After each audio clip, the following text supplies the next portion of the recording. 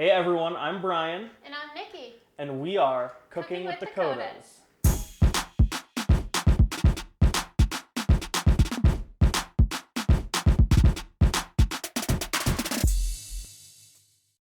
I'm a finance guy with barely any cooking experience. And I'm a registered dietitian with professional culinary training.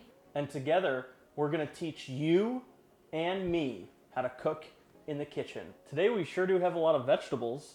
Nikki, what are we making? So we're making one of my dad's favorite recipes, Giardiniera. This recipe came from one of his friends from Chicago, so shout out to Terry from Chicago. So if you're unfamiliar with what Giardiniera is, it can either be made Italian style or Chicago style, and we're making the Chicago style today because Chicago is one of the greatest cities in this country. Giardiniera actually translates to garden in Italian. So traditionally, people would gather different vegetables from their garden and preserve them by making giardiniera so they can have the vegetables throughout the year. So it's different between the Chicago and Italian style giardinieras.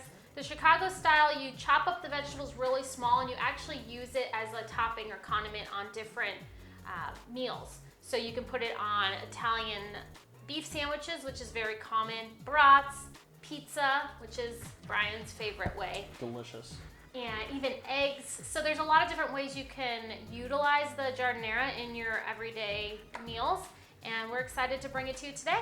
You can see that we have a wide variety of vegetables that we're using for this. We have some bell peppers, onion, and jalapeños, as well as celery, a carrot, and half a cauliflower that we'll be using. We have some flavors that we're gonna add, such as red pepper, oregano, celery seed, and salt.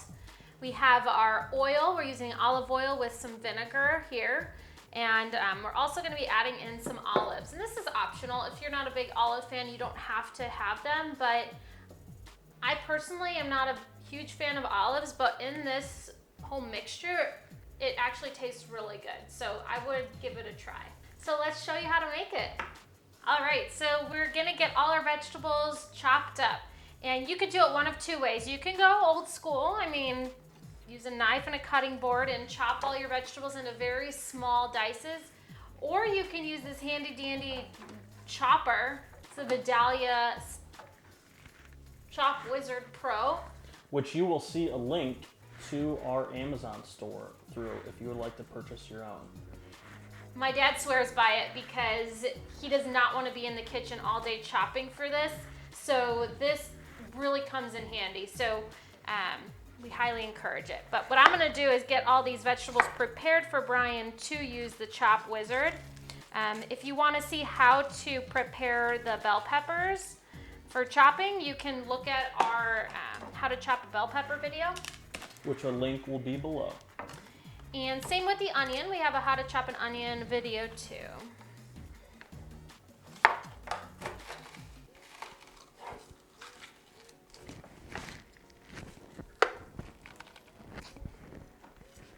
You might have to put some force on this to be able to chop through it. What do you think you like better, Brian? That machine or cutting board and knife? I tell you what, Nikki was skeptical of the need for this when we got married, but I made sure that this was on our registry. And just because this is our first time using it does not mean it is not clearly useful. And I'm just preparing these vegetables in small enough pieces so that they can fit into the chopper. We notice larger pieces may be harder to chop through.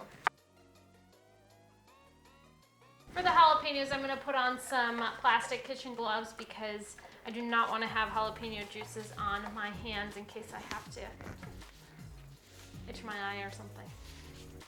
Been there, really. It was like our third date. I'm rinsing my face out in the shower. It was a mess. You can use a knife to get out the seeds. We're actually taking the seeds out of all of them just so that we can have more of a mild giardiniera. If the jalapenos are pretty small and the flesh isn't too thick, you can use a spoon and just scoop out the seeds that way. Nice enough, my dad let us borrow his chopper so we can do this together.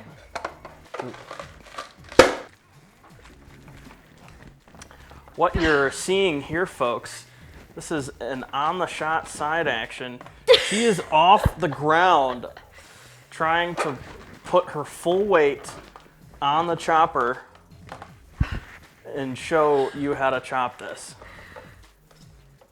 I'm better with just a Are you cutting board and a knife. Are you struggling, honey? I'm glad he thinks this is funny. I think it's hilarious.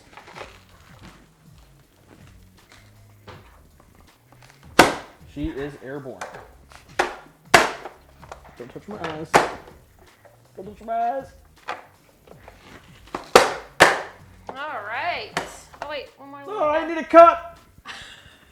Ah, my eyes. Okay. Aw. I always forget how cutting onions is such an emotional process for some. All right, so we have all our vegetables in this bowl mixed together. The next step is to add in our salt.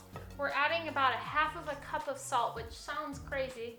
It's a lot, but we are brining these. All right, so now with all the vegetables mixed together, we are going to add in 1/2 cup of salt, which just sounds like a lot, but we are gonna be soaking this in the salt with some water for about 12 hours. So that can help bring some of the moisture out of the vegetables as well as enhance the flavor.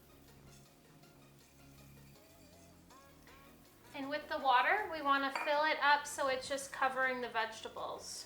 If it's looking like vegetable soup at this point, you're doing it correctly, so that's a good sign. Mmm. It's very fresh, just a little salty. Cover this with saran wrap and throw it in the fridge. We'll come back to you when it's done. It's been more than 12 hours. We have taken the covering off of this and drained it, and we've also rinsed it with cold water to rinse off some of that extra salt water that it was sitting in.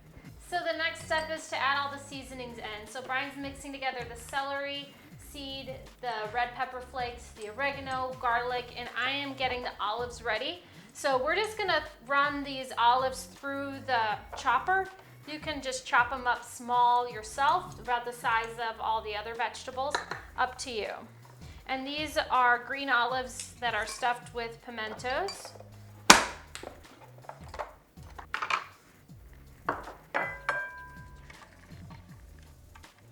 With all of these ingredients mixed together, I'm going to pour this 1 cup of apple cider vinegar in here. And we are going to go ahead and mix these together. We are going to add in this cup of extra virgin olive oil, and we are going to whisk it all together. This is going to be almost like a vinaigrette.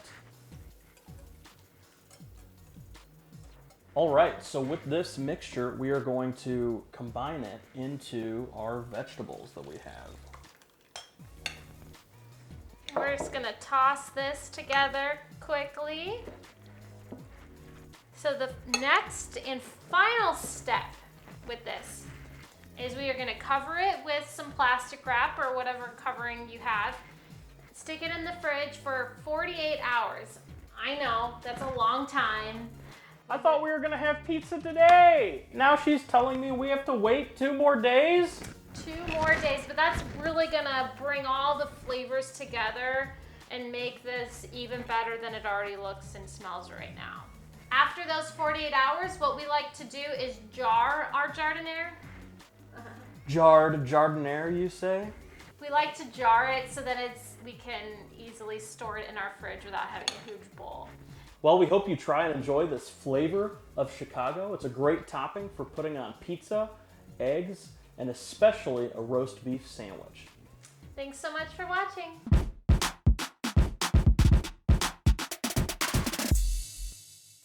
Hey, thanks again for watching today. Make sure to like this video, subscribe to our page so that you don't miss a single episode.